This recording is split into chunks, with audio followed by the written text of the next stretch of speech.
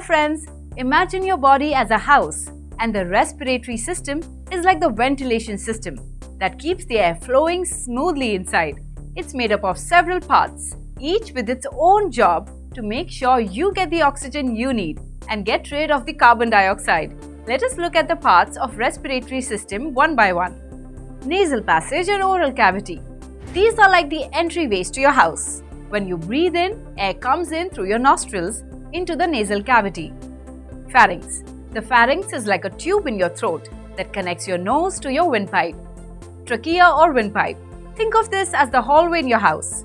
It's a tube that carries the air from your nose and mouth down into your lungs.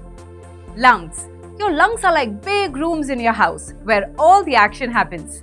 They're present in the chest cavity, and lungs are the place where the oxygen from the air gets into your blood and where your blood drops off the carbon dioxide to be breathed out. Lungs are well protected in the chest cavity by ribs on the side. Diaphragm. The diaphragm is like a big, strong muscle that sits right below your lungs, kind of like a floor separating your chest from your belly. It plays a crucial role in your breathing process. When you inhale, ribs move up and outwards, and your diaphragm moves downwards. This creates more space in your chest, allowing your lungs to expand and fill up with air.